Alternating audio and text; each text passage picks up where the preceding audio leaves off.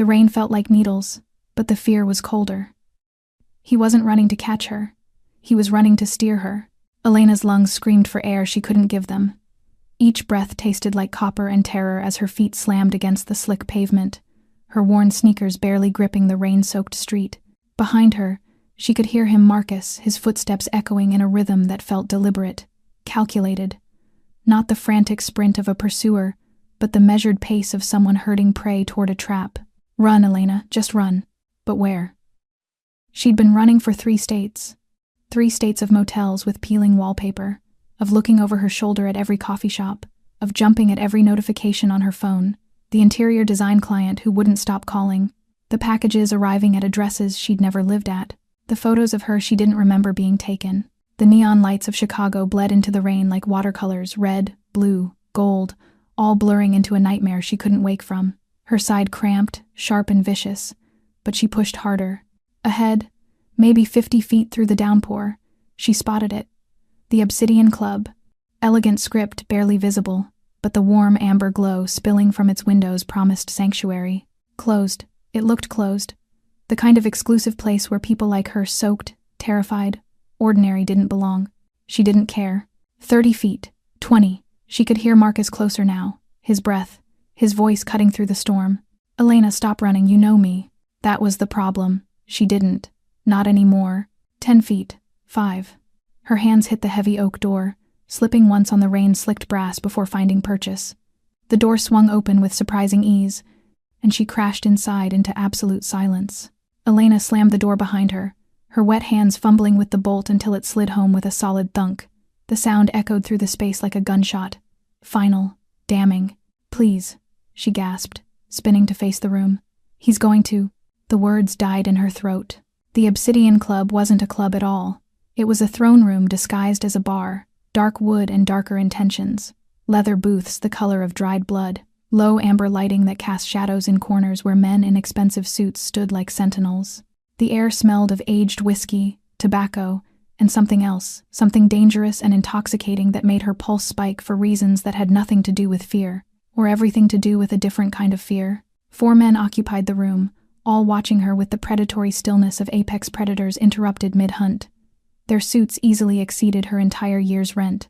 Their faces were carved from stone and violence. One had his hand inside his jacket, the universal gesture of a man reaching for a weapon, but it was the 5th man who shattered what remained of her reality. He sat in a leather chair near the back wall, one leg crossed over the other with aristocratic ease. A crystal tumbler of amber liquid balanced in his long fingers. He didn't turn abruptly at her entrance like the others. Instead, he moved with deliberate, predatory grace, setting down his glass with surgical precision before rising to his full height. Tall, taller than Marcus, broader, wearing a charcoal suit that molded to his frame like a second skin, perfectly tailored to accommodate shoulders that promised violence, and arms that looked like they could break bones or cradle with equal skill. His dark hair was styled back from a face that could have been carved by a sculptor with a vendetta against softness, sharp jaw, high cheekbones, a few silver threads at his temples that only made him more dangerous. A thin scar traced from the corner of his eye down to his cheekbone, barely visible, but somehow making him more devastating. And his eyes, God, his eyes gray-blue like winter steel, cold enough to freeze and sharp enough to cut. They fixed on her with an intensity that made Marcus's obsession seem like casual interest. This man looked at her the way a wolf studies prey, not with desperation, but with absolute certainty of ownership. A wolf tattoo coiled up his neck from beneath his collar, the dark ink visible just above the crisp white of his shirt. When he swallowed, the wolf seemed to move, to breathe, to hunt. Something in Elena's chest cracked open. Not fear, recognition. I'm sorry, she managed, hating how her voice trembled. I didn't mean to intrude. I just needed... The bang on the door behind her cut off the explanation like a blade. Elena, Marcus's voice filtered through, sharp with panic and fury. I know you're in there. Come out, now. You don't understand what you're doing. The 4 men shifted with practiced precision, movements coordinated like pieces on a chessboard. The one with his hand in his jacket had fully drawn his weapon now, a sleek black pistol kept lowered but ready. But the dark-haired man simply tilted his head. His gaze moved from her to the door, then back to her face. Something flickered in those steel eyes. Not surprise, not concern, satisfaction. He glanced at his watch, platinum and precise, and a smile touched his lips. Not warm, not comforting. The kind of smile a predator gives before it strikes. "You're 3 minutes late, Elena," he said. His voice matched everything else about him, deep, controlled, with an undertone of danger that made every hair on her body stand at attention. Her mind fractured. 3 minutes late. Late for what? She'd never been here before. She'd never seen this place. She didn't know this man. But her body knew him. Her body went still in a way that had nothing to do with fear and everything to do with recognition. Her pulse slowed instead of racing. Her breathing deepened like a wounded animal finally finding its den. She started, but he was already moving toward her. He walked with the fluid grace of an apex predator, each step measured and purposeful, closing the distance until he stood close enough that she could feel the heat radiating from his body, smell the intoxicating scent of his cologne, something dark and woody and expensive that wrapped around her like smoke. Up close, he was devastating. Perhaps 36, maybe older, with the kind of presence that made you want to either run or kneel. Every line of his face spoke of control and consequences. Behind her, Marcus pounded harder. "Elena, please. He's going to kill me. He poisoned me. The only way to get the antidote was to bring you here. I didn't have a choice." The words tumbled through her mind, trying to form a pattern she could understand. The dark-haired man's lips curved, not a smile, something darker. His hand rose slowly, giving her every chance to flinch away. She couldn't. His fingers brushed a wet curl from her cheek, and the touch sent electricity crackling through her nervous system. His thumb traced along her jaw, feather light, reverent, the touch of a man reuniting with something precious he'd lost. "Welcome home, little phantom," he murmured, his voice dropping to something intimate, something meant only for her. "I've been waiting 3 years for you to find your way back to me." Elena's world tilted. She had never been here. She had never seen this face. She didn't know this man. But somewhere deep in the scars she couldn't remember getting. In the nightmares she couldn't remember having. In the hollow ache beneath her ribs she'd never been able to name, somewhere in all of that darkness, a door cracked open. And behind it, a ghost was waking up. If you are listening to this and feel that the story touches something quiet and unspoken inside you, take a moment to subscribe to our channel, to like and share this video so we can continue bringing heartfelt stories every single day. And if it is not too much to ask, tell me where you are watching from and leave a comment below so we know which corner of the world this story has reached, because we treasure every word you share with us. Dominic never took his eyes off Elena as he signaled to one of the men. His voice was calm, as if he were asking someone to pour more wine. "Open the door. Let him in." The man obeyed without a single question. The door slid open, and Marcus burst inside like a panicked animal. But he only managed 3 steps before he froze in place. His gaze collided with Dominic's, and every trace of color drained from his face as if someone had just siphoned the blood out of his body. Caruso. The name left Marcus's lips like a curse, a prayer, a death sentence. Elena looked back and forth between the 2 men, trying to piece the shattered fragments of reality together again. Marcus was trembling, sweat beading on his forehead even though his clothes were soaked with rain. He looked like a rat cornered against a wall, fully aware that the cat had been playing long enough. "She believes I am her brother." Marcus fought to find his voice, desperation clawing at his throat. "I played my part. She doesn't know anything about the deal. Please, don't destroy her reality. Let her go." Dominic gave a low laugh. It was not the sound of amusement. It was the sound of a man savoring the moment when every piece on the board falls into place. "Your sister?" he echoed, his tone edged with mockery. "Tell her, Marcus. Tell her how she became your sister." Elena felt the floor tilt beneath her feet. "Marcus? What is happening?" Marcus did not look at her. He could not look at her. That was all Elena needed to understand that everything she thought she knew was about to collapse. "Speak." Dominic stepped forward, and Marcus backed away until his shoulders hit the wall. "Or I will. And I promise my version will be far less kind. I was hired." Marcus finally forced the words out, his voice splintering. 3 years ago, I was hired to watch you, to play the part of your brother, to make sure you did not remember anything." Elena's world stopped spinning. She heard every word, yet her mind refused to process them. 3 years. 3 years of shared dinners. 3 years of phone calls just to check in. 3 years of believing she had at least one person in this world who cared about her. Every bit of it had been a lie. "She did not have any memories," Marcus went on, his voice growing more desperate. "She did not remember anything about the life before. All I had to do was keep it that way. Just make sure she lived a normal life and never looked back." "Who?" Elena heard her own voice, but it sounded like it belonged to someone else. Who hired you? Marcus swallowed. Vincent Russo. The name meant nothing to Elena, but she saw the way Dominic's body went taut when he heard it. She saw the darkness in his gray-blue eyes deepen, turning more dangerous. And now you are working for me, Dominic said, his voice soft in a way that was far more frightening than a shout. The poison I had you drink 6 months ago has been eating through your body every single day. You have 2 weeks before your organs begin to fail. The only antidote sits in my hands, and the only way to earn it was to bring Elena back to me. Marcus had traded her away. The man she had called her brother for 3 years had betrayed her to save his own life.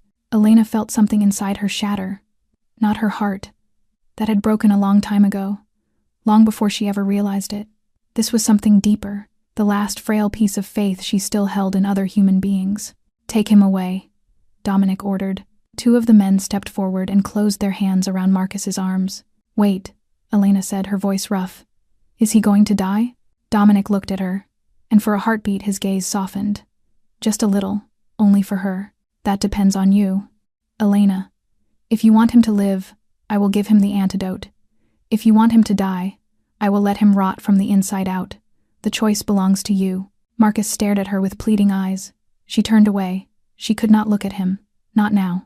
Not when every memory of shared meals, of concerned phone calls, of the times he said he loved her was burning to ash in her mind. He is not my family? She asked, her voice barely more than a breath. Dominic stepped closer to her.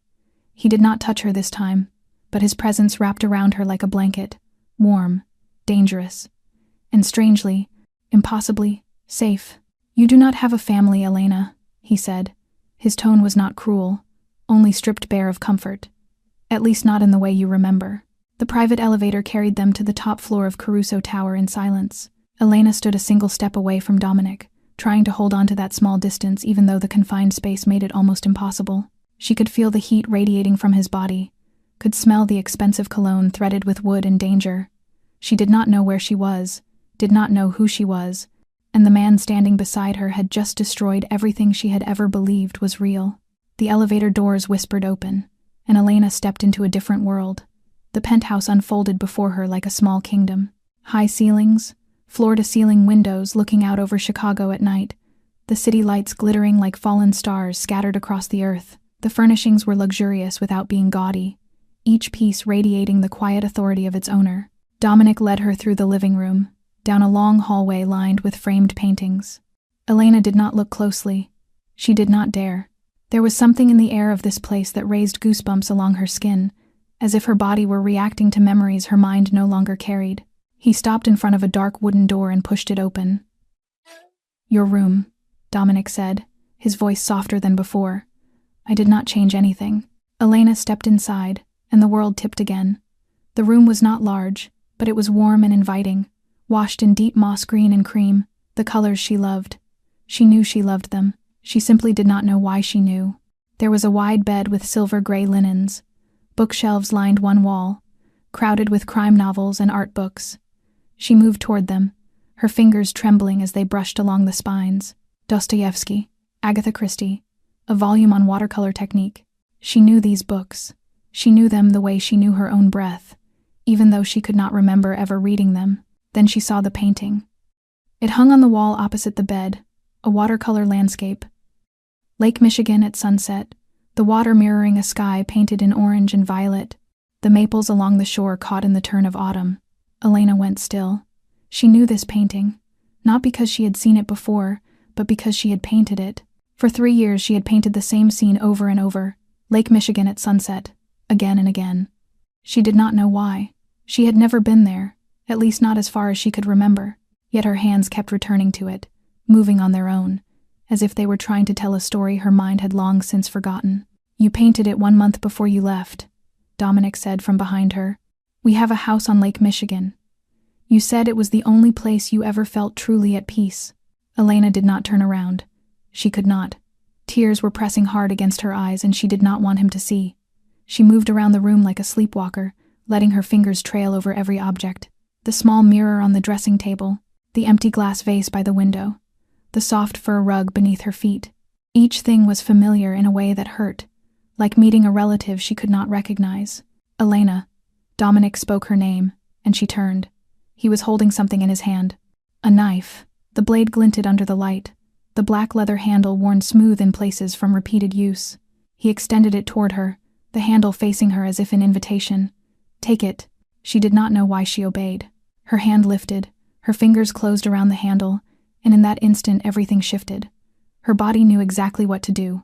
Her thumb slid along the spine for control. The rest of her fingers wrapped around with just the right pressure. Not too loose, not too tight. The weight of the knife settled in her palm with perfect balance, as if it had been crafted for her alone. Elena looked down and her heart skipped a beat. She was holding the knife the way a killer would, not the way an ordinary person would hold it to chop vegetables or open a package. This was the grip of someone trained, someone who had used this weapon so many times that it had become pure instinct. "You are Phantom, Elena." Dominic's voice rolled through the room, low and loaded with meaning. "The most dangerous woman I have ever known." Elena stared at the knife in her hand. The flawless grip, the perfect balance, and she had no memory of when she had learned to hold a blade like that. Elena set the knife down on the table as if it had scalded her. She stepped back, one step, then another, until her shoulders met the wall. Her heart was racing, and the same hands that had held the weapon with terrifying proficiency were now shaking beyond her control. "I am not an assassin," she said, her voice pitched higher than usual. "I am an interior designer. I paint landscapes. I have a cat named Shadow. I like coffee with milk and I hate the smell of cigarettes. I am ordinary. I am just a normal person." Dominic did not move. He stood there with his back against the doorframe, his gray-blue eyes following her with something that looked like pain, not pity, something deeper, as if he were watching an old wound being torn open all over again. "Do you want to know the truth?" he asked, his voice gentle in a way that felt wrong on him. "Or do you want to keep believing the story someone else wrote for you?" Elena wanted to say no. She wanted to clamp her hands over her ears and run out of this room, out of this tower, out of this city. She wanted to go back to the small apartment in Portland, to the cat and the paintings of Lake Michigan and the simple life she had built. But that life was a lie. Marcus was a lie, and deep in her chest, something was waking up, screaming to hear the truth. "Tell me," she whispered. Dominic drew in a long breath. Then he began. "You were found in a dumpster behind St. Mary Hospital on a December night 27 years ago. A nurse heard crying when she stepped outside for a cigarette. You were only a few hours old, wrapped in an old blanket, your lips blue from the cold. They named you Jane Doe number 47. Elena felt her legs give way. She slid down the wall and ended up sitting on the floor. But Dominic did not stop. "You grew up in the foster care system. The first family took you in for the subsidy money. They locked you in a closet and starved you. When you were 6 years old, you watched the man of the house kill his wife right in front of you. You hid in the closet for 3 days beside her body before anyone found you. No, that was not her life. That could not be her life. The second family was worse." Dominic went on, his voice turning hard, thick with restrained fury. "They pretended to be devout believers. But the man of the house thought the belt would make you good. 14 scars on your back, Elena. Each one for a time he beat you until you passed out." Elena's hand moved to her back without her even thinking. She could not feel the scars through the fabric, but she knew they were there. She had always known. She had simply never asked where they came from. "When you were 11 years old, an older kid in the group home tried to hurt you," Dominic said, his voice dropping. "You used a shard of glass to cut his throat. He survived. You were transferred to a juvenile facility, and that was where Vincent Russo found you." There it was again, that name, Vincent Russo. Elena could not summon a face to match it, but her body remembered. She felt sick. She felt afraid. She felt something old and dark crawling up her spine. Russo ran the juvenile facility like a training camp. He looked for shattered children, children who had no one, children no one would miss if they disappeared. You were the perfect candidate. 12 years old, no family, no past. Eyes already dead and no longer familiar with fear. He looked at you and saw a weapon waiting to be sharpened. "Stop," Elena said, her voice choking. "Please stop." But Dominic did not. She needed to hear this. She deserved to know. "You killed your first man when you were 16 years old. A trafficker. You did not feel a thing. And that was when Phantom was born." The room spun. Elena clutched her head, trying to hold back the images clawing at the veil inside her mind. No. She was Elena Reyes, an interior designer, an ordinary woman, not an assassin, not a weapon, not Phantom. "I do not believe you," she said, her voice breaking. "I do not believe a single word you are saying." At last Dominic moved. He came closer, lowering himself to his knees in front of her, but he did not touch her. His gray-blue eyes met her brown ones, shining with tears. "You do not have to believe me. Not yet," he said softly. "You chose to forget, Elena. You chose to wipe all of these memories and live another life. And now you get to choose again. Believe or refuse. Remember or keep forgetting. That choice is yours." Elena stared at him, tears sliding down her cheeks that she did not bother to wipe away. "Why would I want to forget?" Dominic stayed silent, and that silence weighed more than any answer he could have given. Elena lay on the bed in the room Dominic had said was hers, staring up at the ceiling in the dark. The clock on the wall marked 2 a.m, then 3, then 4. Sleep did not come. How could she sleep when everything she thought she knew about herself had collapsed into a pile of rubble? She was Elena Reyes, an interior designer living in Portland. She owned a cat. She drank coffee with milk every morning. She had a brother named Marcus who always called to check on her. Except not one of those things was true. She was Phantom, an assassin, a child abandoned in a trash bin, the product of violence and suffering, a weapon sharpened by a man named Vincent Russo. Elena pushed herself upright, unable to bear the silence and the darkness pressing in on her. She stepped out of the room, her bare feet sliding over the cold wooden floor. The penthouse at night was an entirely different world. City lights spilled in through the glass walls in hazy streaks, turning everything into ghosts and strange shapes. Elena wandered through the living room, down the long hallway lined with paintings she did not dare study closely. She did not know what she was looking for, perhaps a way out, perhaps an answer, perhaps just something that made sense in a world that had turned completely upside down. She stopped in front of a door, left slightly ajar at the end of the hallway. A soft glow from a nightlamp seeped out, and Elena did not know what impulse made her push the door open wider. Inside was a child's room. Pale blue walls with glow and the dark stars on the ceiling. Shelves crowded with toy superheroes and dinosaurs. And on the small bed, a little boy lay sleeping, dark curls scattered over the pillow, one arm wrapped tightly around a stuffed dinosaur. Elena stood there, unable to move. Something inside her chest was tightening, an emotion she could not name. Then, strangely, a sharp pain stabbed low in her abdomen, sudden and precise, as if someone had driven an invisible blade into her. Her hand flew to her stomach on instinct, with no idea why her body was reacting this way. "Who are you?" The small voice made Elena jump. The boy was awake now, wide eyes studying her without fear, only curiosity. His eyes were gray-blue, just like Dominic's. Elena had no idea how to answer. Who was she? She did not even know the answer for herself. The boy sat up, tilting his head as if trying to recall something. Then his eyes lit up. "Dad," he called, his tone completely unafraid. "Dad, she looks like the lady in the picture." "Mateo." Dominic's voice came from behind Elena, and she turned. He was standing there, still in the same clothes as before, as if he had not slept either. Perhaps he had been following her the entire time. "Mateo, this is Elena." Dominic stepped into the room and moved to his son's bedside. "Do you remember me telling you about her?" The boy nodded, his gaze never leaving Elena. "She is the lady in the picture, the one who used to play with me when I was little." Elena felt her knees weaken. She followed the direction of his pointing hand and saw, on the nightstand in a small frame, a photograph that stole her breath. It was her, a different version of her, with longer hair and brighter eyes. She was holding a newborn in her arms, and there was a smile on her lips. Not the polite smile she wore for clients, not the strained smile she forced in selfies. This was the smile of pure happiness, the kind of happiness Elena could not remember ever feeling. "Mateo is 5 years old," Dominic said, his voice gentle in a way Elena had never heard before. "His mother died while giving birth to him. You were the one who stayed. You were the one who helped me raise him for the first 2 years of his life." 2 years. She had had 2 years with this child and remembered none of it. Elena wanted to cry. She wanted to scream. She wanted to break something. Instead, she stood frozen, looking into the gray-blue eyes of a little boy who was staring at her as if he were seeing a dream come to life. "You do not remember me, do you?" Mateo asked. His small voice held no reproach, only sadness. "Dad says you got sick, that you forgot many things."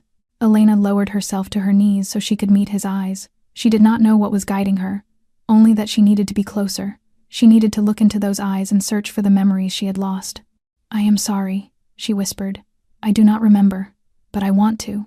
Matteo studied her for a long moment. Then he reached out and touched her cheek with his tiny fingers.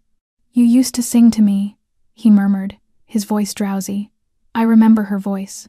Elena left Matteo's room after he drifted back to sleep, the boy's words still echoing in her head. I remember her voice. She had sung to a child she could not remember. She had loved a child she had walked away from. Who was she? Who had she been? Her feet carried her aimlessly through the penthouse until she found herself standing in the doorway of the kitchen. Dominic sat there alone in the dark, illuminated only by the dim light from the liquor cabinet. A glass of whiskey rested in his hand, the bottle beside him already drained nearly halfway. He did not turn around, but she knew he was aware of her. This man seemed to always know exactly where she was. You should try to sleep, he said, his voice low and rough. There will be a lot for you to face tomorrow. Elena did not turn away. Instead, she walked into the kitchen, pulled out a chair, and sat across from him. Between them lay the cold stone of the kitchen island, wide and unmoving, like the 3 missing years she could not recall. Why? She asked, her voice tired. Why did you not come for me sooner? If I mattered to you, if I mattered to Matteo, why did you wait 3 years? Dominic took a slow sip of whiskey, his gray-blue eyes watching her over the rim of the glass. In the dim light, the scar on his face seemed deeper, and the tattoo of the wolf at his neck looked as if it were prowling in the shadows. Because you made me promise, he said. Elena blinked. What? You made me promise not to look for you. Dominic set the glass down, and for the first time she saw something crack through his polished exterior. Weariness, pain, the long stretch of waiting. 3 years ago, you came to me on a night very much like this one. You said you had to leave. You said it was the only way to keep me safe. You erased your own memories, built yourself a new identity, and disappeared. But before you did, you asked one thing of me. What did I ask? Never to look for you, never to approach you, to let you live the ordinary life you deserved. His voice turned bitter at the edges. You said that if I loved you, I would let you go. Elena felt her heart twist. She did not remember that conversation. She did not remember making that demand. But hearing it now, she understood. She understood the kind of desperation that could push a person to a choice like that. And you kept your promise, she whispered. For 3 years. Dominic nodded, and there was something in his eyes that made Elena want to cry. I watched over you from a distance. I knew where you lived, where you worked, what you ate. I knew you had a cat named Shadow and that you painted Lake Michigan every weekend. I made sure no one laid a hand on you, but I did not come near, because I had given you my word. He held her gaze, and she found she could not look away. For 3 years I lived with the knowledge that you were out there with no memory of me, no memory of us. For 3 years Matteo kept asking when you were coming home. For 3 years I left your room exactly as it was on the day you walked out because I could not make myself accept that you were gone. Why now? Elena asked. Why break that promise now? Because of Vincent Russo. The name dropped into the room and the air seemed to cool by several degrees. He knows you are alive. He is hunting you. And this time I cannot keep you safe from afar. Silence settled between them. Elena looked down at her hands, at the fingers that still remembered how to hold a knife even when she did not know why. Who was she? Who did she want to become? I will not force you, Dominic said, his voice gentler. Whether you stay or leave is your choice. If you leave, I will spend the rest of my life making sure you are safe, even if you never remember us, even if you never come back. He rose, set the glass in the sink, then paused as he passed by her. His hand came to rest briefly on her shoulder, warm and heavy, before he let it fall away. You do not have to decide tonight. Try to rest. Then he left her alone in the dark kitchen. She sat there for a long time, staring into nothing, turning his words over in her mind, thinking about the woman who had loved him enough to forget him, about the child sleeping in the room with the glow-in-the-dark stars, about a life she did not remember yet that seemed to be waiting for her to return to it. Elena gave no answer. But when dawn bled through the tall windows, she was still there. She had not left. Morning light poured through the high glass panes of the penthouse while Elena remained in the kitchen, eyes red from lack of sleep but her mind too tangled to rest. She heard the house stirring awake, footsteps, water running, low voices somewhere in the distance.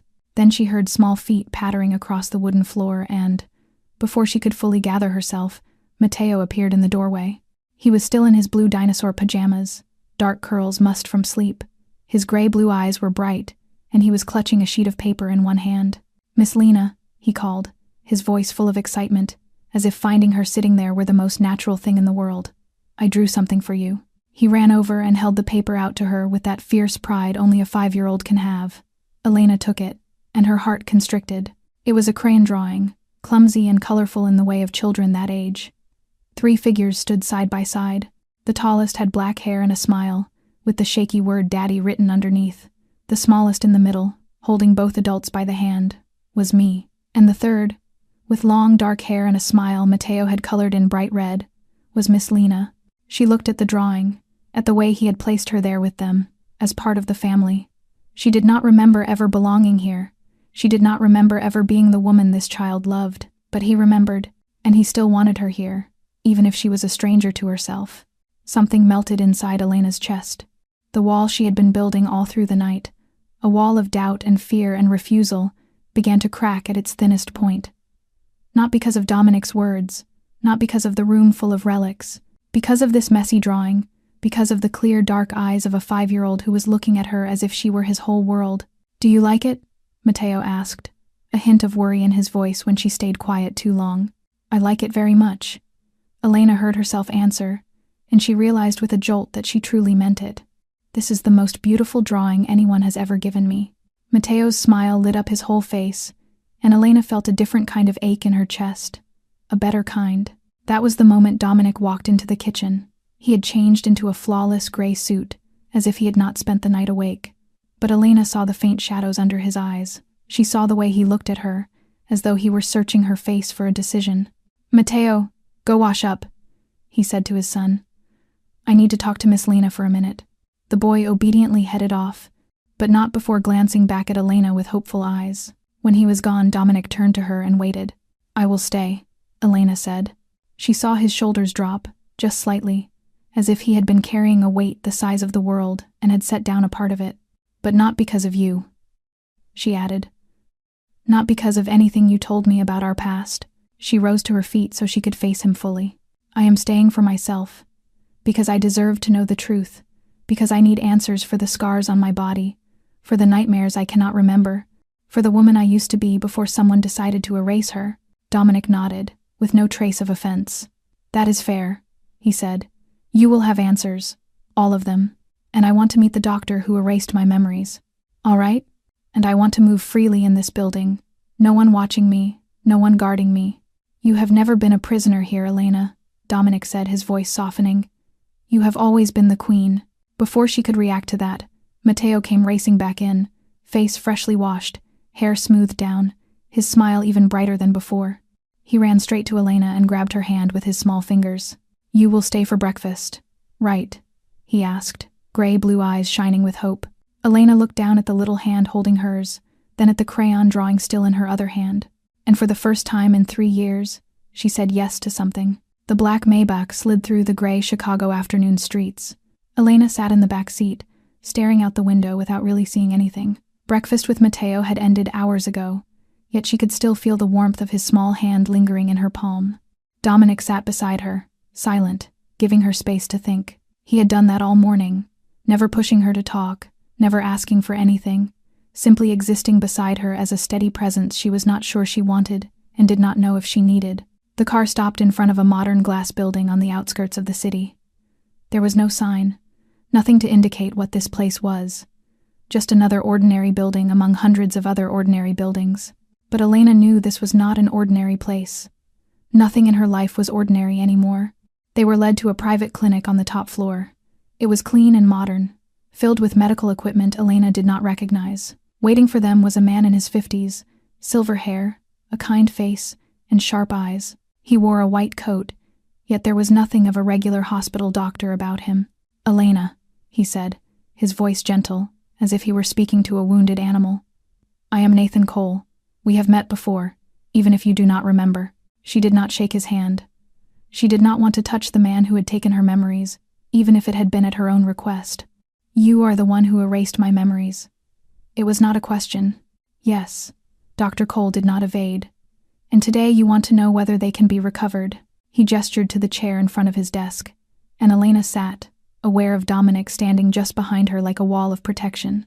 Dr. Cole took the chair opposite, his fingers laced together on the desk. "First, There is something you need to understand. Your memories were not erased.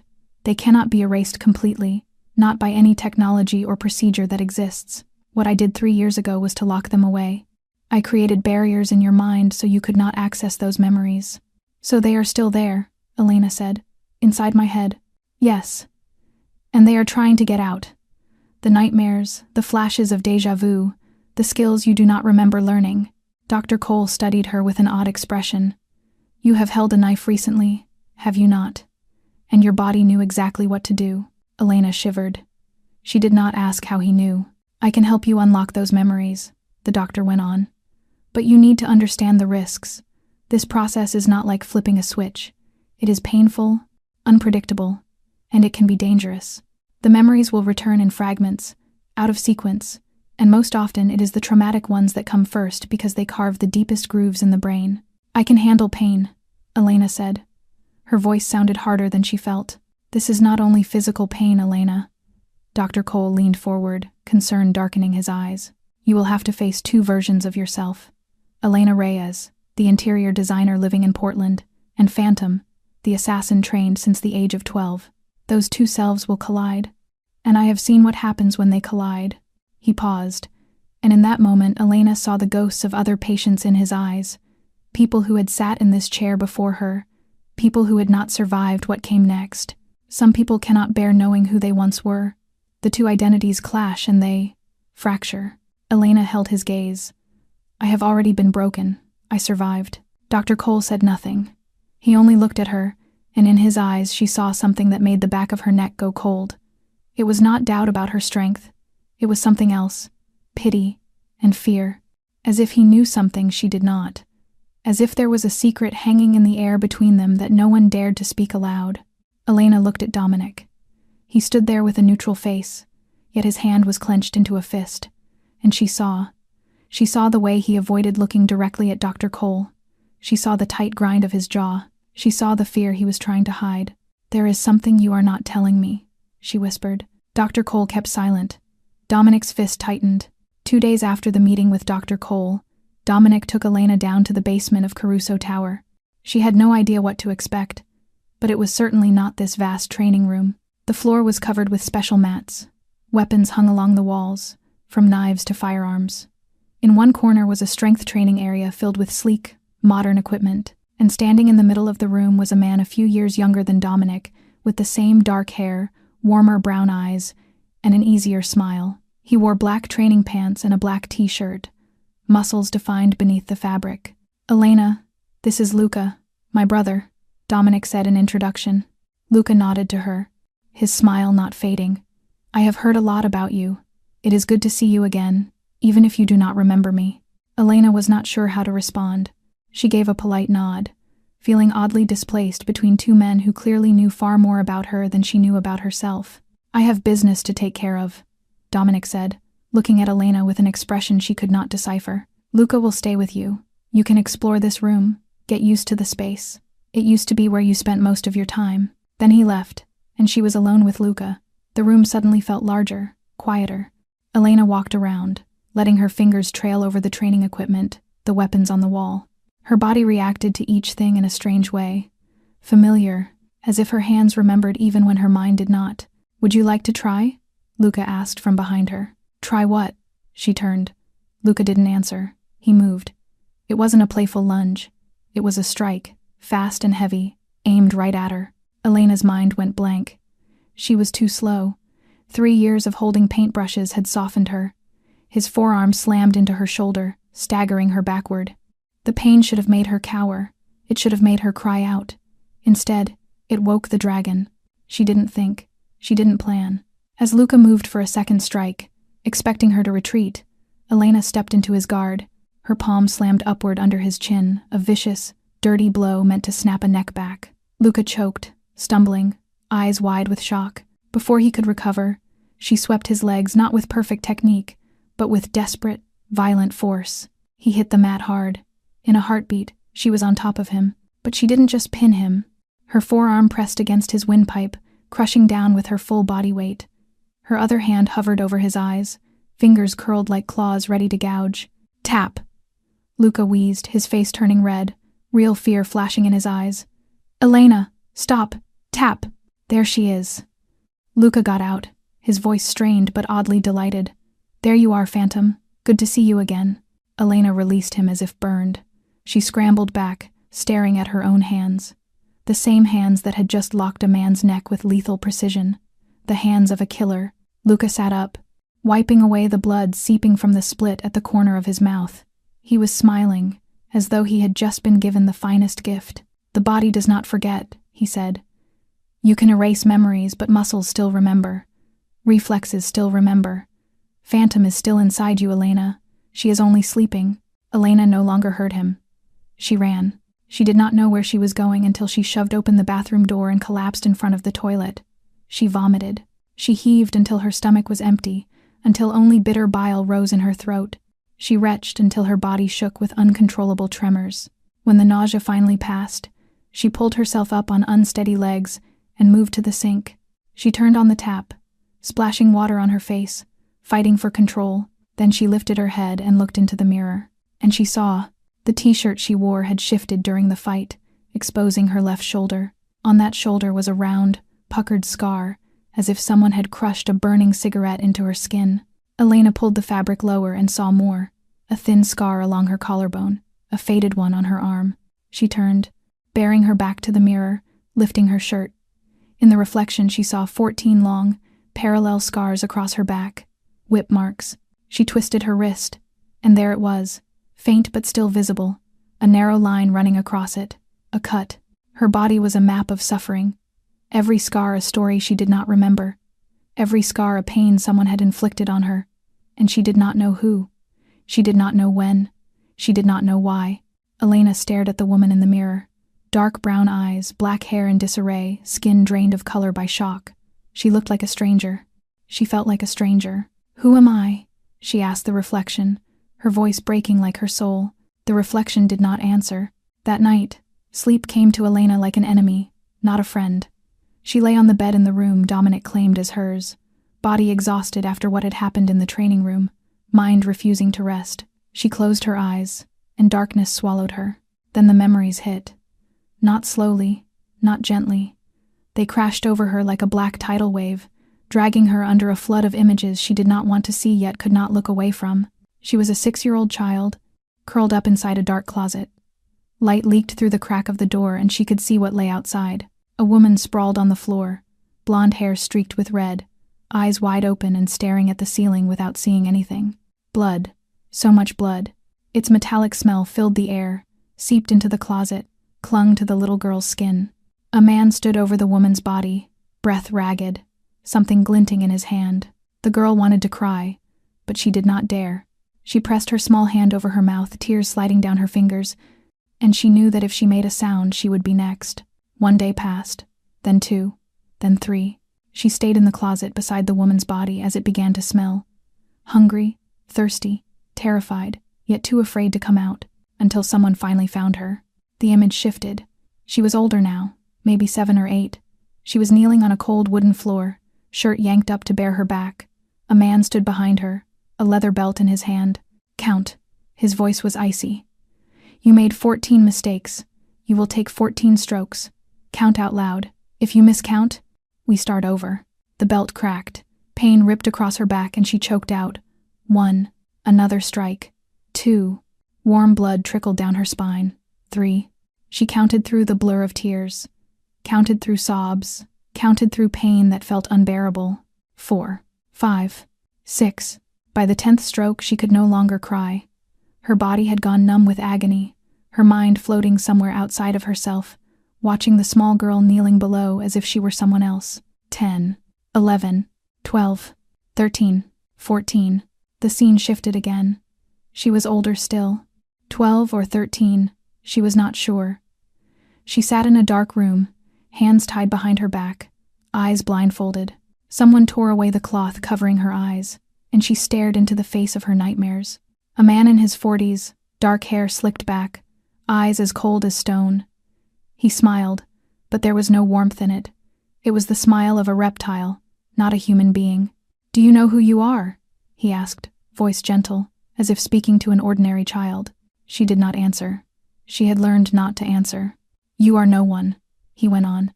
No parents, no family, no name.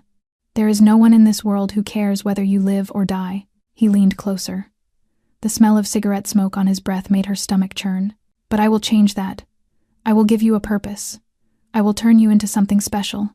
He lifted the still burning cigarette from his lips, and before she could react, he pressed it into her thigh. The pain exploded like fire and she screamed, jerking hard against the ropes, unable to break free. You belong to me, Vincent Russo said, his black eyes heavy with absolute ownership.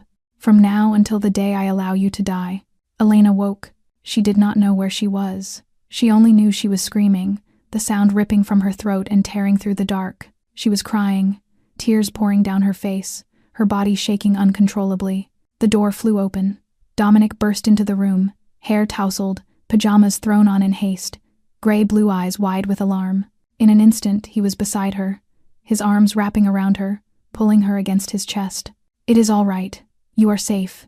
It was only a nightmare. You are safe. Elena wanted to push him away. She wanted to tell him she did not need anyone. She had lived alone for 3 years. She could take care of herself, but she could not do it. Instead, she held on to him, her fingers clutched at his shirt, her face pressed against his chest, and she cried. She cried as she never had before. She cried for the 6-year-old girl in the closet. She cried for the child who had taken 14 lashes. She cried for the girl branded like an object. She cried for the memories she did not remember, but her body had never forgotten. Dominic said nothing. He simply held her, one hand stroking her hair, the other wrapped firmly around her back, and he let her cry. They stayed like that for a long time, until her tears ran dry, until her body stopped shaking, until her sobs faded into ragged breaths. What did I do to deserve that? Elena whispered into his chest, her voice raw from crying. Dominic's arms tightened around her, and when he spoke, his voice trembled in a way she had never heard. Nothing. You were just a child. You did not deserve any of it. The next morning, Elena woke, still cradled in Dominic's arms. He had stayed all night, sitting propped against the headboard with her curled beside him like a frightened child. She did not know when she had finally fallen asleep. She only knew that for the first time in many nights, no nightmares had come. She sat up slowly, and Dominic's eyes opened at once, as if he had never truly slept. They looked at each other in silence, and Elena felt something had shifted between them during the night. A wall had crumbled. She did not know whether that was a good thing or a bad thing. I need to ask you something, she said. Her voice was rough after a night of crying. Dominic nodded, waiting. Elena lifted her sleep shirt, revealing her lower abdomen. And there, among the scars she could now explain, was another one, about 10 centimeters long, running horizontally just above the line where underwear would sit. Faint but unmistakably a surgical scar. She had seen it before, every time she changed clothes, every time she showered. She had always assumed it came from some forgotten surgery, an appendix perhaps, a cyst. She had never asked Marcus because she had never wanted to know. This scar, she said. I remember almost everything now. The closet, the beatings, Vincent Russo. But I do not remember where this scar came from. Dominic looked at the scar, and Elena watched the color drain from his face. His gray-blue eyes darkened, and his jaw clenched so hard she could almost hear his teeth grind. Dominic, she called his name when he did not answer. What is this? Silence. Dominic, look at me. He still did not speak. He turned his face away, and Elena saw his hand tremble. The man who had remained calm while ordering Marcus poisoned, who had spoken with a steady voice as he described her brutal past, was now shaking because of one scar. You promised me answers, Elena said, her tone hardening. All the answers. What is this, Dominic? What happened to me? What surgery did I have? Why can you not look at me? Dominic drew in a long, unsteady breath. Then he turned back to her, and in his eyes Elena saw something she had never seen before. Pain, pure, raw, devastating. 3 years ago, he began, his voice hoarse. You were pregnant. The world stopped. Elena heard the words, but her mind refused to process them. Pregnant. She had been pregnant. 14 weeks, Dominic went on, and each word landed like a knife in her chest. We already knew it was a girl. We had chosen a name. We had... He broke off, and Elena saw tears spill down his face. The steel man, the Mafia boss, crying. Vincent Russo found out about you. About the baby. He took you when I was not home. He kept you in a warehouse for 3 days. Stop, Elena whispered, though she did not truly want him to stop. She needed to know. She had to know. He wanted to destroy me, and he knew the only way to do that was to destroy you. Dominic's gaze locked with hers, and in his eyes she saw hell. He beat you, he targeted your stomach, over and over, until he could not finish. He did not have to, because the memory had already broken loose. It crashed over her like a black tidal wave, drowning her in images and sounds and pain she had buried 3 years before. She remembered. She remembered the cold warehouse. She remembered the chains on her wrists. She remembered the blows and the kicks, all aimed at her abdomen, where her daughter was growing. She remembered begging, pleading, doing everything in her power to shield the life inside her. She remembered failing. She remembered the blood, so much blood, running down her legs, pooling on the icy concrete floor. She remembered the tearing pain that ripped her body apart as her child was taken from her before she ever had a chance to be born. And she remembered Vincent Russo's voice, calm as if he were commenting on the weather. It was a girl. It was already a girl. He had made her look. He had forced her to watch as he took the most precious thing she had, and she had been helpless. She had not been able to save her baby. She had not been able to protect the tiny life that depended entirely on her. She had failed. Elena sat there, staring into nothing. She did not scream as she had the night before. She did not cry. She did not tremble. She simply sat, utterly still, as if someone had reached inside and pulled her soul out of her body. Dominic said her name. He took her hand. He tried to pull her back, but Elena had gone very far away. She was back in that warehouse 3 years ago, staring down at her own blood, at her child's blood, and she could not find the way out. Her silence was more terrifying than any storm of tears. 3 days passed like a nightmare with no end. Elena lay in the bed of the darkened room, curtains drawn tight to block every trace of light. She did not eat. Trays of food were placed beside the bed and carried away untouched. She did not speak. Dominic came every day, sat at her side, held her hand, said her name. She did not respond. She did not cry. She had shed all her tears 3 years ago, though she had not remembered it. Now she was only a hollow shell, a true ghost suspended between the world of the living and the dead, belonging to neither. She had had a child, a little girl, a daughter that was hers and Dominic's, and she had lost her, not to an accident, not to fate, to a man who had decided her child would be his weapon, and he had succeeded. Dominic was worried. She knew it, even though she did not look at him. She could feel him every time he entered the room. She could hear the heaviness in his breathing. She could feel the way he held her hand as if he were trying to anchor her to this world. But she did not want to stay. She no longer knew if she wanted anything at all. On the second day, she heard small footsteps outside her door. Matteo's whisper, asking his father why Miss Lena would not come out. Dominic's low reply that Miss Lena was not feeling well and needed rest. Matteo's question, asking whether she was in pain. Dominic's silence was the answer. On the third day, the bedroom door opened a crack. Elena did not turn her head, assuming it was Dominic or a servant coming to change the tray. But then she heard the soft breathing of a child and the slight dip of the mattress as a small weight settled onto the edge of the bed. "Miss Lena," Matteo whispered, "I brought you some books. Dad says when I am sad, reading about superheroes makes me feel better, so I thought maybe it would help you too." Elena did not react. She lay there, eyes fixed on the darkness, but she was listening. "I am going to read to you, all right. I do not read very well yet, but I will try." And the boy began to read. His voice was slow, stumbling over the difficult words, but filled with determination. He read about Iron Man, about a man who was hurt and built a suit of armor to protect himself, about how he turned his pain into strength.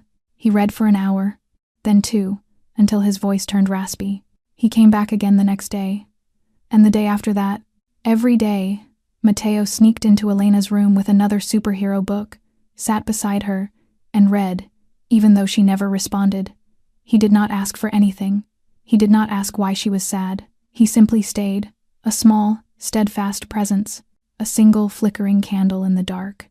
And on the third day, while Matteo was reading about how Iron Man lost everything and still found the will to stand and fight, Elena reached out. She closed her fingers around his tiny hand, and he stopped reading, eyes wide with hope. "Do you want to hear about Iron Man?" he asked, his voice trembling with emotion. Elena looked into the clear eyes of a 5-year-old child who had not abandoned her even when she was a stranger to herself. A child who had read to her for 3 days without hearing a single word from her. "Yes," she whispered, her voice raw from disuse. "Tell me." Matteo's smile burst across his face like sunlight, and he started reading again, this time with more energy, as if he had just won a hard-fought battle. That afternoon, another woman stepped quietly into Elena's room. She looked to be around 30, with long brown hair, warm eyes, and a gentle smile. "I am Sophia," she said, taking the chair beside the bed. "Luca's wife. We used to be best friends, even if you do not remember." Elena did not speak, but she did not turn away either. That, in itself, was progress.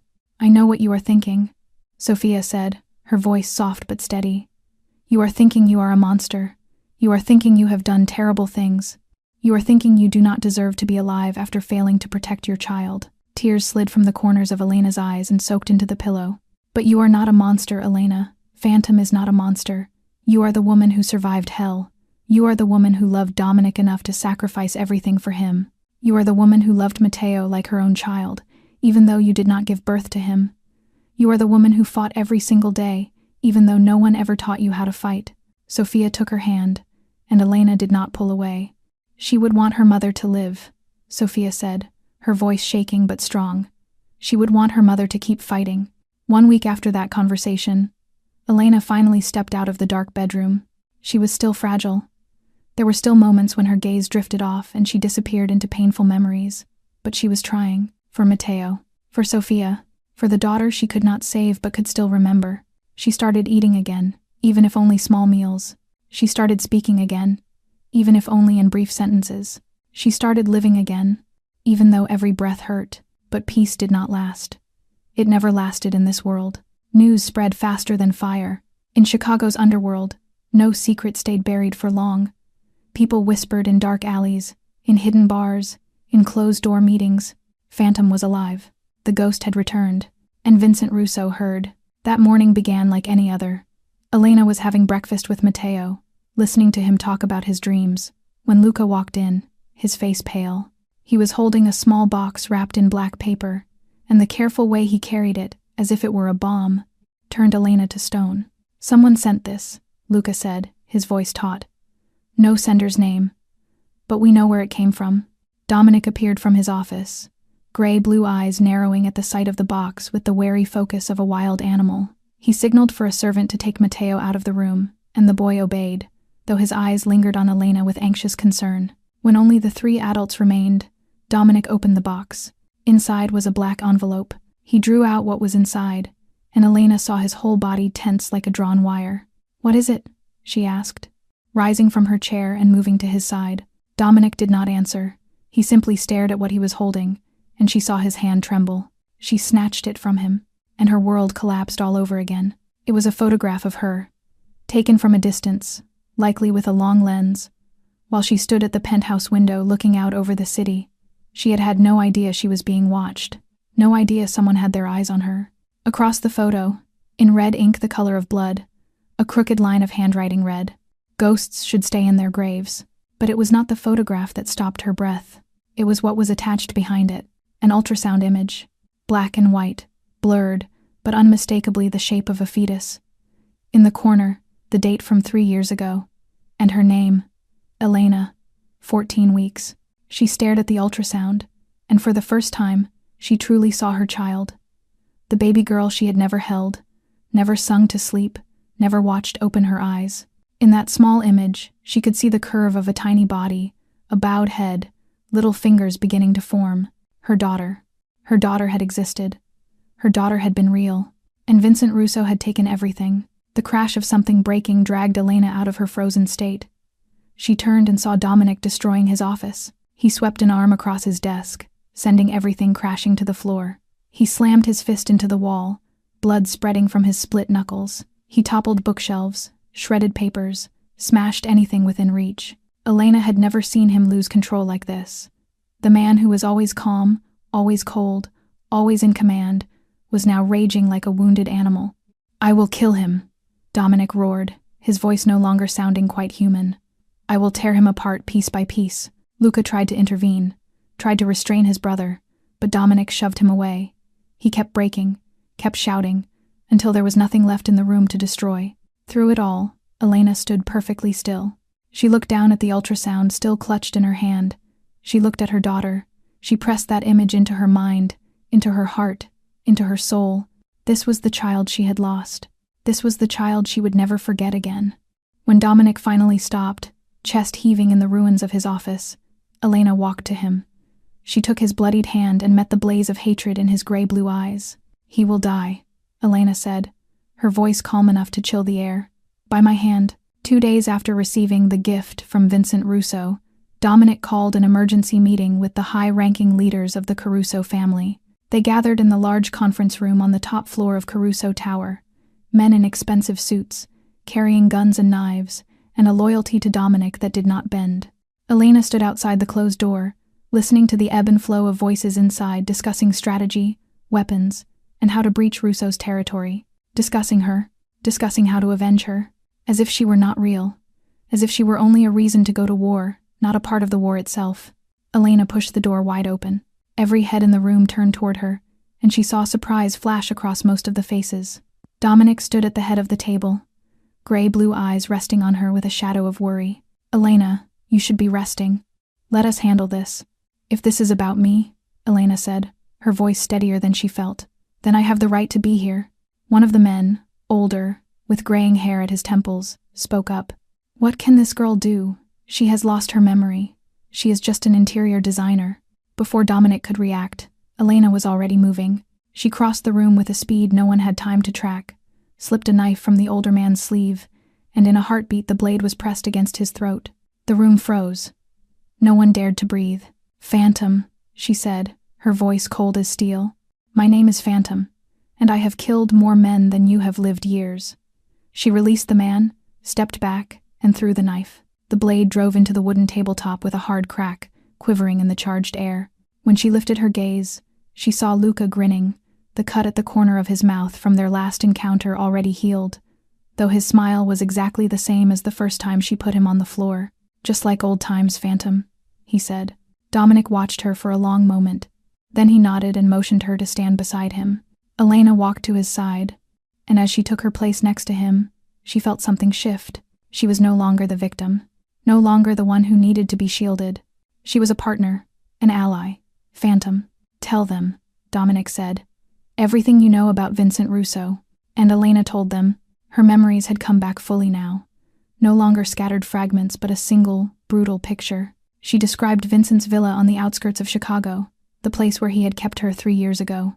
She described the security system, the number of guards, the blind spots in the camera network. She told them about Vincent's habits, how he always drank tea at 10 in the evening, how he never went to bed before midnight, how he always had 2 bodyguards with him, yet always sent them away when he entered his private room. She told them about his weakness, his arrogance. He believed no one would dare to touch him. He believed he was untouchable, and that would be what killed him. When she finished, the room was quiet. The most powerful men in the Caruso family looked at her differently now. There was no longer doubt or pity in their eyes. There was respect and fear. The meeting went on for another 2 hours, deep in detail and division of roles, in timing and approach.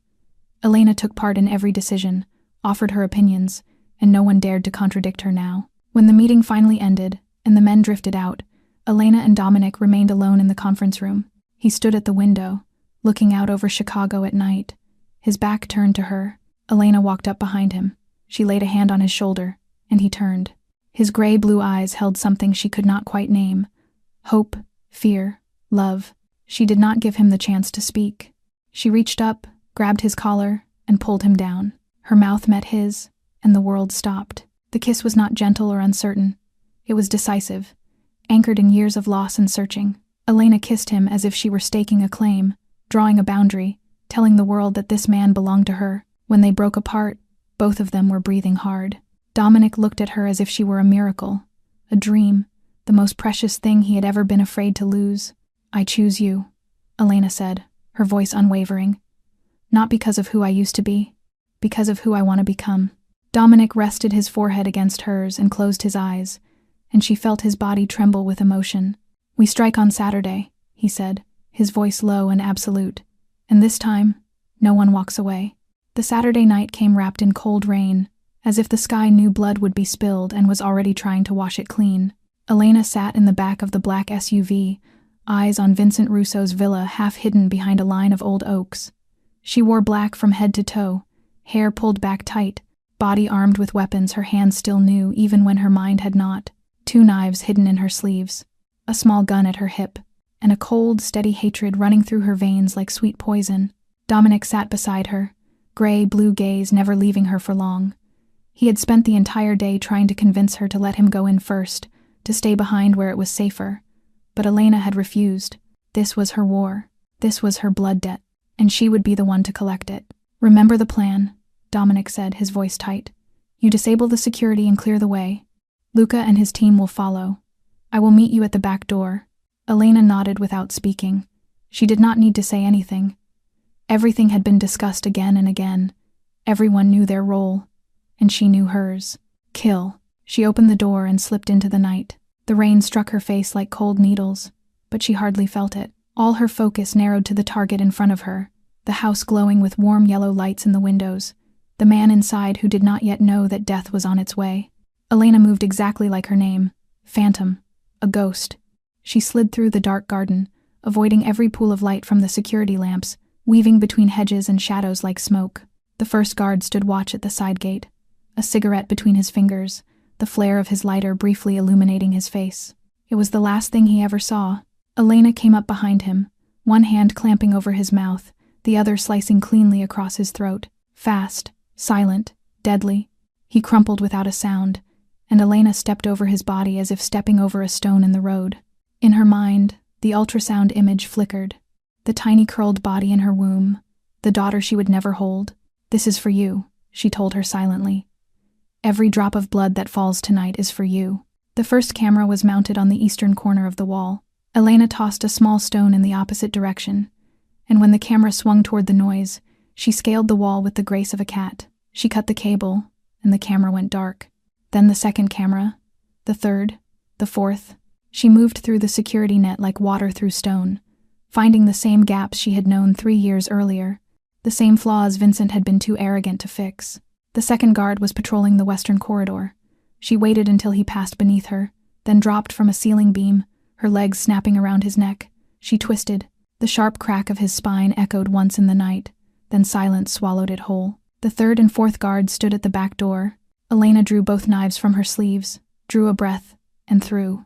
The twin blades flew together, cutting through the air like deadly birds, and buried themselves in both throats before the men could shout. They collapsed in the same heartbeat, blood spraying across the stone steps. Elena retrieved her knives, wiped them clean on one of the bodies, then opened the back door. Dominic and Luca were waiting there, their men lined up behind them like shadows in the dark. "The way is clear," Elena said, her voice as calm as if she were giving a weather report rather than confessing to 4 fresh kills. Dominic looked at her with an expression she could not fully read. Pride, worry, and something deeper, darker, older. "Together," he said. "We finish this together." They moved into the villa, breaking into smaller teams. Gunfire exploded as Luca's squad collided with guards inside, but Elena did not slow. She knew where Vincent would be. She knew where he would be waiting. The 3rd floor, the office, the room where he had kept her, the room where he had smiled while she lost her child. She ran through corridors that were painfully familiar, dodging bullets, cutting down anyone who stepped into her path, her eyes fixed ahead. In her head, Vincent's face rose up, his smile, his cold eyes, his voice, flat and casual as he had said. It was a girl. It was already a girl. "This is for you," Elena repeated like a prayer. "This is for you." At last, she stood before the thick oak door of Vincent's office. Behind that door was the man who had destroyed her life. Behind that door was the demon who had taken her child. Behind that door was the end of every nightmare. Elena drew a deep breath. Then she kicked the door open. The door flew inward under the force of her kick, and Elena stepped into Vincent Russo's office. The room was large, richly appointed, lined with oak bookshelves and dominated by a massive desk. A fire crackled in the hearth in the corner, throwing warm light over leather and wood. The air smelled faintly of cigars and expensive whiskey, mingled with the scent of power and rot.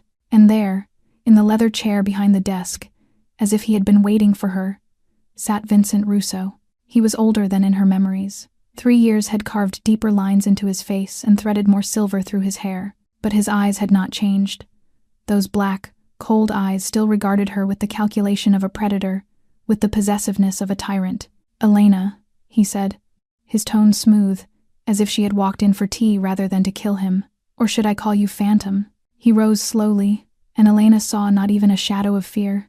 He wore a black suit, a glass of liquor in his hand, utterly at ease despite the gunfire echoing from the floors below. You should have stayed under the dirt, little ghost. He smiled, and that smile made her stomach turn. You think you can kill me. You think you can come here and that will be the end of it. You know nothing. Elena tightened her grip on the knife in her hand, but she did not move. Not yet. I know enough, she said, her voice steady though her blood was boiling. I know you are the one who killed my child. Vincent laughed, loud and delighted, the sound ringing through the office like the call of a crow. Your child. Is that all you remember? Is that all Dominic Caruso told you? He stepped out from behind the desk, walking toward her, and Elena had to fight the instinct to step back. You do not know the real story, do you? You do not know where you come from, who you are, how you were made. He stopped a few steps away, his black eyes roaming over her face as if she were something he had built with his own hands. I am the one who found you, Elena. 27 years ago, in a dumpster behind St. Mary's Hospital, a newborn thrown away, wrapped in an old blanket, lips turning blue with cold. Anyone else would have called the police, called social services, let you be swallowed by that miserable foster care system. He tilted his head, the smile still painted on his lips. But I saw potential. I looked into that child's eyes that did not cry, did not show fear, only stared back at me with absolute emptiness. And I knew you would become something exceptional. Elena felt the blood in her veins go cold. You are lying. I never lie. You know that, Vincent went on, his voice almost gentle, as if telling her a bedtime story. Yes, I put you into the system. I let you pass through those awful foster homes, let you be beaten, starved, abused, because that is how I train. Pain creates strength. Loss creates coldness. When you were hard enough, broken enough, I brought you home. He lifted his hand as though presenting a sculpture. I created you, Elena. Every scar on your body, every skill you possess, every nightmare that drags you from sleep. That is my art. You are my masterpiece. The room went quiet.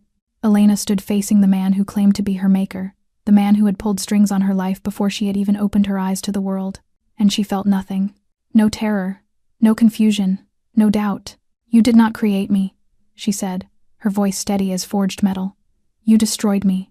You broke me into pieces and decided that made you a god. She stepped toward him, and this time it was Vincent who retreated. But Dominic helped me put those pieces back together. Matteo gave me a reason to laugh. Sophia showed me I am not a monster. She kept advancing, and Vincent's back hit the wall. And my daughter, the daughter you killed, she gave me the reason to end you. For the first time, fear flickered in Vincent's eyes. He grabbed for the gun on the desk, but Elena was faster. She kicked the weapon out of his hand, then drove her knife into his shoulder, pinning him to the wall. Vincent screamed, but Elena did not stop. She drew her second knife and looked straight into those black eyes that had haunted her for so many years. You hit me here, she said, pointing with the blade to his lower abdomen. You hit me over and over until my child died.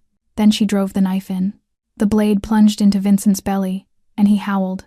She pulled it out, then stabbed again and again. Blood burst out, hot and red, soaking her hands, her clothes, the floor, but she did not stop.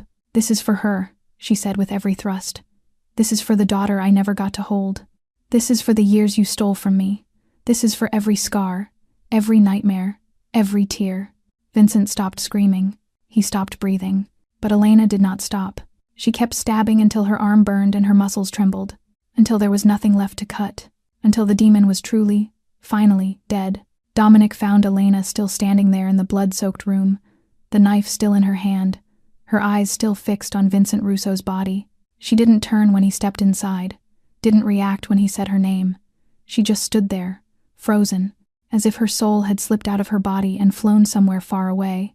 Elena, Dominic called again, his voice trembling in a way she had never heard before. He walked up to her, gently took the knife from her fingers, and pulled her into his arms.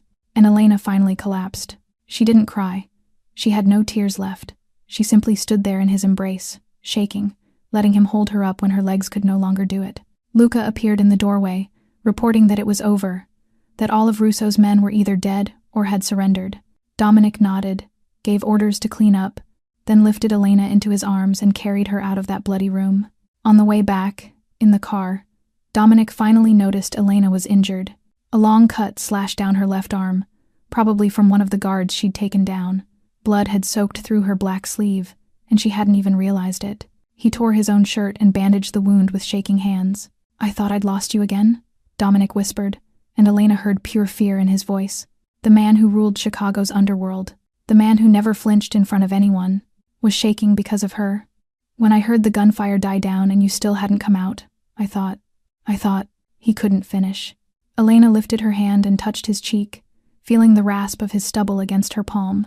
"You can't lose me," she said, her voice rough but sure. "I remember now. I remember why I loved you enough to erase everything. I remember why I chose to wipe my mind rather than watch you die. And I am never leaving you again." Dominic closed his eyes, pressed his forehead to hers, and they stayed like that for the rest of the drive, two shattered souls who had finally found each other again. By the time they reached the penthouse, dawn was stretching over the Chicago skyline. The elevator doors slid open, and a small blue whirlwind launched itself at Elena. Mateo, still in his pajamas, gray-blue eyes red from crying and staying up all night, hurled his entire 5-year-old body at her. "You're back," he shouted, wrapping his arms around her legs. "I knew you'd come back. I told Aunt Sophia you'd come back. You're a superhero. Superheroes always come back." Elena knelt and pulled him into her arms, and for the first time since that bloody night, she felt warm. "I will always come back to you," she whispered into his curls. "I promise." That afternoon, after Elena's wound had been checked by a doctor and she'd slept a few hours, Dominic brought up Marcus. He was still locked in the basement of Caruso Tower, waiting for judgment. The poison in his system had been neutralized by an antidote, but his fate was still hanging by a thread. "What do you want to do with him?" Dominic asked. "This is your decision." Elena thought of Marcus, of the 3 years he'd played the role of her brother, of the meals they'd shared, the phone calls, the moments he'd pretended to care. All of it a lie, but he was also just a pawn. Vincent Russo had moved him around the board the same way he had moved her, the same way he had controlled so many other lives. "Let him go," she said at last. "He's just a pawn, not the one playing the game. Give him some money and a new identity. Let him disappear." Dominic nodded, didn't argue. He respected her decision, the way he always had. That night, the 3 of them curled up on the big sofa in the penthouse living room. Mateo lay between Elena and Dominic, eyes glued to the TV as Iron Man played. He had insisted on watching it, so Miss Lena can see how awesome Iron Man is. Elena wasn't really watching. She watched the little boy beside her instead, the way his eyes lit up every time Iron Man appeared on screen, the way his head slowly sank onto her shoulder as sleep crept up on him. She watched Dominic on the other side, his gray-blue gaze not on the movie either, but on her, on the 2 of them, with the look of a man who had finally been given everything he'd ever wanted. Mateo fell asleep between them, breathing slow and steady, one arm wrapped around his stuffed dinosaur, the other hand curled firmly around Elena's finger. And in that quiet penthouse, with the soundtrack of a superhero movie playing in the background, Elena finally felt the thing she had been searching for her whole life: peace. 1 year later, spring came to Chicago with cherry blossoms blooming along the edge of Lake Michigan, and Elena stood in front of the mirror in the room that now truly belonged to her. She was wearing a black wedding dress, not white like other brides. She wasn't pretending innocence. She was Phantom, the woman who had walked through hell and come back, and she was going to marry the love of her life wrapped in the color of the darkness she had already conquered. The wedding was small, only those closest to them: Luca and Sophia, Dr. Cole, a handful of the most loyal men in the Caruso family. No press, no spectacle, just love and commitment. Dominic waited for her at the end of the aisle, in a black suit, gray-blue eyes blazing when he saw her. Beside him, Mateo stood holding a small pillow with 2 rings, in a little suit that matched his father's. Dark hair combed carefully. When Elena walked down the aisle, when she stopped in front of Dominic and took his hands, Mateo looked up at her with shining eyes. "Mama," he said for the first time. "Mama, you look so pretty." Elena broke. In the middle of her own wedding, she wept like a child because this little boy had just given her a title she never thought she deserved. Dominic squeezed her hands as they exchanged vows through her happy, hiccuping tears. 6 months after the wedding, Elena sat on the bathroom floor, staring at the pregnancy test shaking in her hand. 2 red lines. She was pregnant. Dominic found her there, curled in the corner, tears streaming down her face. He dropped to his knees beside her and pulled her into his arms without asking a single question. He had seen the test. He understood. "I'm scared," Elena whispered. "What if I lose the baby again? What if I can't protect them again? I can't go through that, Dominic." "I can't." Dominic gently lifted her face, looking straight into her eyes with all the love he had. "If that happens, we'll grieve together," he said softly. "But we will not grieve alone. Never alone again." He placed his hand over her stomach, where a new life had just begun. "And this time, no one is going to take our child from us. Vincent is dead. Our enemies are gone. Our baby will be born into a world we've cleaned with blood and tears." Winter came again. It had been years since that fateful night, yet the rain fell on Chicago just like cold needles. But this time, Elena wasn't running through it. She stood on the mezzanine of the Obsidian Club, looking down at the heavy oak doors from the safety of the glass railing. Her hand rested over her 8-month pregnant belly, while Matteo sat on the stairs beside her, drawing in his superhero notebook. Dominic was in the back room in a meeting, but his men were everywhere. 4 guards stood like statues near the entrance, silent and imposing. Suddenly, the doors burst open. A young woman stumbled in, soaked to the bone and gasping for air. But she didn't get far. Instantly, the guards moved, blocking her path and seizing her arms before she could take another step. "No, please," the girl screamed, struggling against their iron grip. "Someone's chasing me. I don't know where else to go." The guards began to drag her back toward the storm. To them, she was just an intruder. "Stop." Elena's voice was not loud, but it cut through the hall with absolute authority. The guards froze instantly. They looked up, saw their queen descending the staircase, and immediately released the girl, stepping back with bowed heads. The girl collapsed to her knees, looking up at the woman coming down the stairs. "Please," the girl gasped. "Someone's chasing me. I don't know where else to go." Elena looked at her and saw herself. She saw the terrified girl who had burst through these same doors a year ago, not knowing her life was about to change forever. She stepped forward and gently laid a hand on the girl's shoulder. "You're safe now," Elena said, her voice soft but certain. "Tell me your story." The girl looked at her with eyes full of suspicion and hope, the way Elena had once looked at Dominic. Elena smiled the smile of a woman who had walked through the dark and found light on the other side. "That's what ghosts do," she said. "We haunt the monsters, and we save the ones who need saving." Elena's story had come to an end, but her legacy had only just begun. And somewhere in the penthouse above, Matteo was drawing a new picture, this time with 4 figures instead of 3. Dad, Mom, him, and the baby about to be born. A family. This story brings us precious lessons about life. That our painful past does not define us. What truly matters is how we stand back up after the fall. That real love doesn't demand perfection. It holds space for each other's scars and shadows. That family isn't only blood, but the people who choose to stay, through every storm, and that even when you feel completely broken, there is always a chance to heal and to be loved. Thank you for walking alongside Elena and Dominic's journey. If this story touched your heart, please consider subscribing to the channel, hitting the like button, and sharing this video so more people can hear emotional stories like this every day. How did this story make you feel? Is there something in your own life that made you connect with Elena? Leave a comment below and share what you feel from deep inside your heart. I truly look forward to reading and listening to your stories. Wishing everyone watching this video good health, a joyful life, and peace in each day. Thank you for spending your time with this story. Goodbye for now, and see you in the next video.